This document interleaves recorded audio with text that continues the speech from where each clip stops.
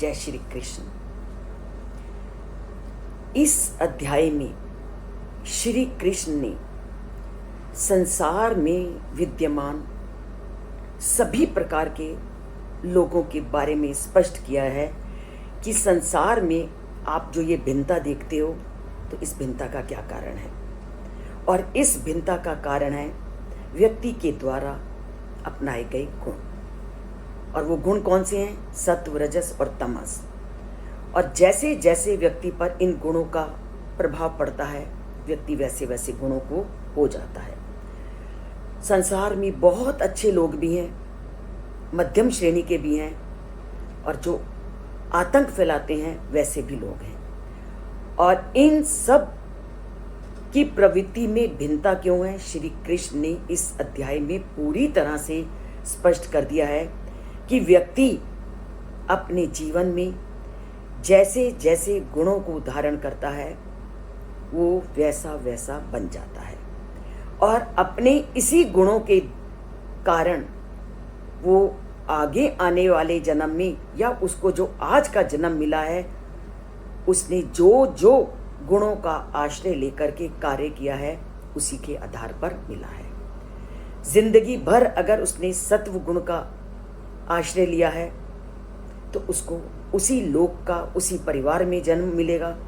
अगर उसने कामनाओं को पूर्ण करने में अपना समय व्यतीत किया है तो वैसे परिवार में मिलेगा। और आतंक फैलाने में अगर अपने जीवन को लगाया है तो ऐसे ही परिवारों में जन्म मिलेगा। तो ये जो विभिन्नता हम संसार में देखते हैं, अनेक प्रकार के लोगों के स्वभाव में जो अंतर देखते हैं, इस अंतर का मुख्य कारण है व्यक्ति के द्वारा जीवन में धारण किए गए गुण। और व्यक्ति के द्वारा जीवन में धारण किए गए गुणों के माध्यम से ही उसको विभिन्न परिवारों में जन्म मिलता है। और जब संसार में जाता है तो उसी के अनुकूल उसको उन लोगों की प्राप्ति होती है।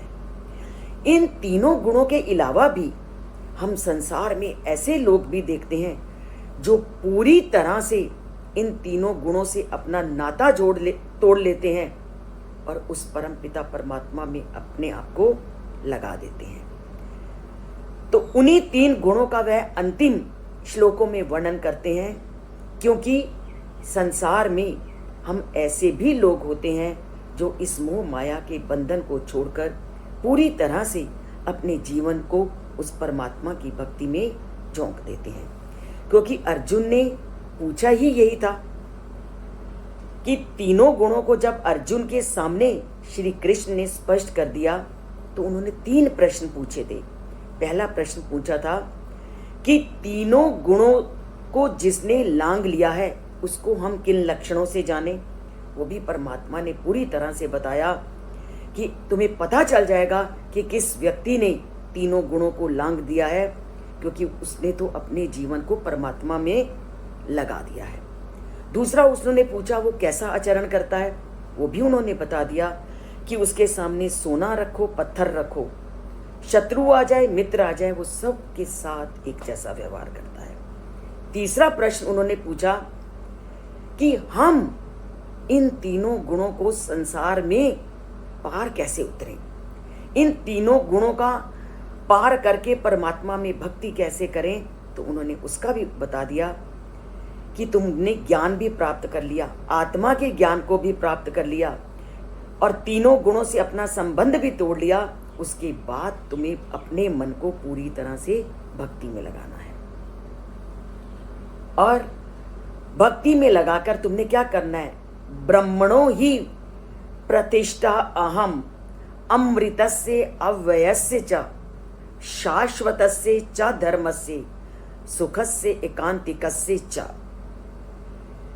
कि जब तुमने तीनों गुणों से ऊपर उठ गए तो उसके बाद तीनों गुणों से ऊपर उठने के पश्चात एकमात्र ज्ञान प्राप्त करके अपने मन को उस ब्रह्म में लगा दो।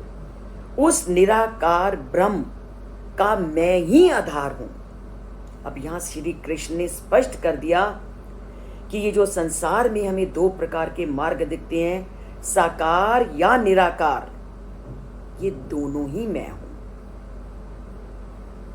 तो तभी उन्होंने कहा कि जो साकार रूप है मेरा, उसमें जो लोग भक्ति करता है, और जो निराकार रूप को मानता है, ये दोनों ही मेरे ही रूप हैं। और निराकार वालों के लिए वो ये बताते हैं कि ये जो निराकार रूप है वो मेरे नखून के तेज से ही निकला है। क्योंकि पद्म पुराण में श्री कृष्ण ने इस तथ्य को पूरी तरह से स्पष्ट किया है कि ये जो निराकार लोग उपासना करते हैं, वो निराकार रूप भी मेरे नखून से निकला हुआ मेरा एक रूप ही है। तो निराकार भी क्या है? उस परमात्मा का एक रूप।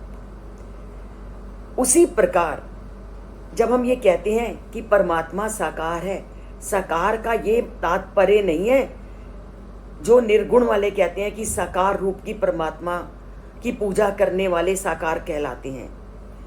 साकार का मतलब है कि वो भी तीनों गुणों से ऊपर उठा हुआ है।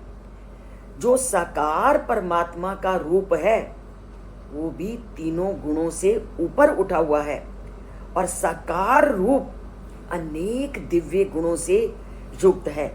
तभी तो कहा है वह अमर है, अविनाशी है, शाश्वत है और असीम दिव्य आनंद को देने वाला है।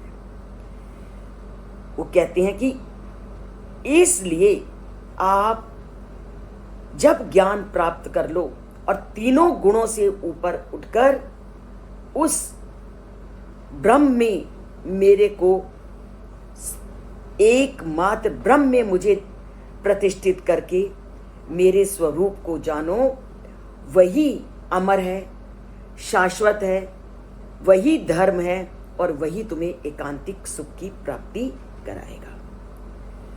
तो सभी का निचोड़ उन्होंने यही दिया कि सगुण और निगुण ये दोनों ही मेरे रूप हैं। आप किसी की भी उपासना करो, पर पूरी तरह से मन को मुझ में समर्पित करके। और जैसे ही आप मन को मुझ में समर्पित कर दोगे तो आप एकांतिक सुख की प्राप्ति करोगे, परम आनंद को प्राप्त करोगे। क्योंकि मेरा जो अंतिम स्वरूप है सच्चित आनंद स्वरूप है। जब आप पूरी तरह से मन को मेरे में झोंक दोगे तो आप ऐसे सुख की प्राप्ति करोगे जिसका आनंद दिव्य है, जिसका आनंद असीम है। और वो दिव्य आनंद, असीम आनंद मिलेगा कैसे? श्री कृष्ण के साथ अपने मन को जोड़कर। श्री कृष्ण के साथ मन को जोड़ने के लिए उनके श्लोकों को समझना है, उनके श्लोकों के गूढ़ रहस्य को जानना है और उनकी भक्ति में मन को लगाना है। और उसके लिए आपको चैनल से नाता जोड़ना पड़ेगा, चाहे किसी भी चैनल से जोड़िए, और उस परमात्मा में अपने आप को लगाना होगा। और चैनल को अगर सब्सक्राइब नहीं किया तो चैनल को सब्सक्राइब कीजिए और लाइक का बटन दबाकर उस परमात्मा के प्रति अपनी भक्ति भावना को प्रकट कीजिए। जय